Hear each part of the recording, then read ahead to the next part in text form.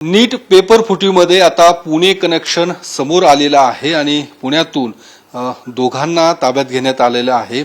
एका महिलेला यापूर्वीच ताब्यात घेण्यात आलं होतं आणि काही वेळापूर्वीच मांजरीतून देखील एका विद्यार्थ्याला पुणे पोलिसांनी ताब्यात घेतलेला आहे। या संदर्भात बोलण्यासाठी आता आपल्या सोबत आहेत पोलीस उपायुक्त विवेक मासाळ। सर, काय नेमकं आपण या सगळ्या पुणे कनेक्शन मध्ये किंवा या नीट परीक्षेच्या पेपर फुटीमध्ये दोघांना ताब्यात घेतलेलं आहे, नेमकी काय माहिती?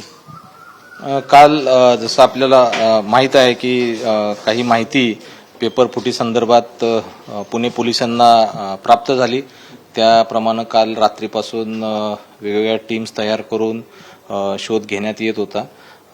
जो एक आरोपी आहे तो पुढे नगरमध्ये पोलिसांनी ताब्यात घेतला।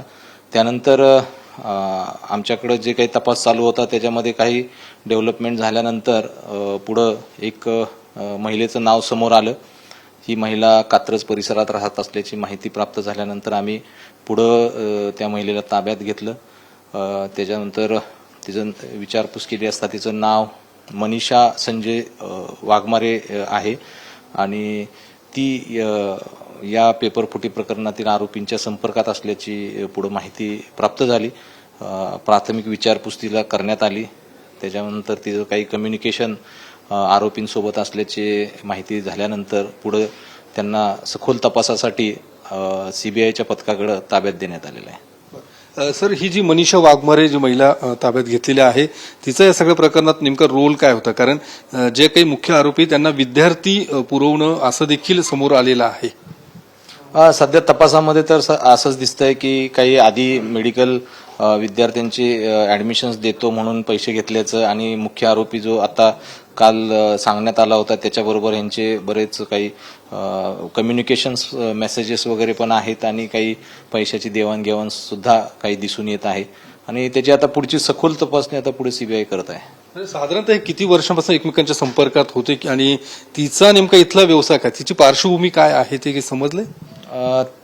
त्यांच्याकडे प्राथमिक तपास केला असता, विचारपूस केली असता त्या ब्युटी पार्लर चालवत असल्याची माहिती मिळालेली होती आणि जे आरोपी आहेत त्यांच्याबरोबर ते गेल्या 3 वर्षापासून त्यांची ओळख असल्याचं त्यांनी सांगितलेलं आहे। आणखीन एका संशयिताला ताब्यात घेतलेला आहे, तो मांजरी परिसरातून घेतलेला आहे, त्याच्या संदर्भातली नेमकी काय माहिती सर? याबाबत काही डेव्हलपमेंट चालू आहेत, त्याप्रमाणे आपल्याला पुढे अवगत केलं जाईल। म्हणजे या जे काही आरोपी आपण ताब्यात घेतले संशयित आहोत त्यांना सीबीआय कडे आपण हँडओव्हर केले या सर्वांना? नाही, तसं नाहीये। त्यांच्यामध्ये अजून प्राथमिक तपास आणि विचारपूसच चालू आहे। नवीन काही कनेक्शन्स आल्यास आपल्याला सांगितलं जाईल। धन्यवाद सर। तर या सगळ्या नीट पेपर फुटी प्रकरणामध्ये डेव्हलपमेंट होताना पाहायला मिळते। मनीषा वाघमारे त्यानंतर आणखीन एका मांजरीतल्या एका विद्यार्थ्याला ताब्यात घेतलेला आहे। या आरोपींच्या एकूण तपासातनं काय नेमकं निष्पन्न होतं त्यानुसार पुढची कारवाई केली जाणार। कॅमेरामन विकी चव्हाणसह मी योगेश बोरसे, TV9 मराठी, पुणे।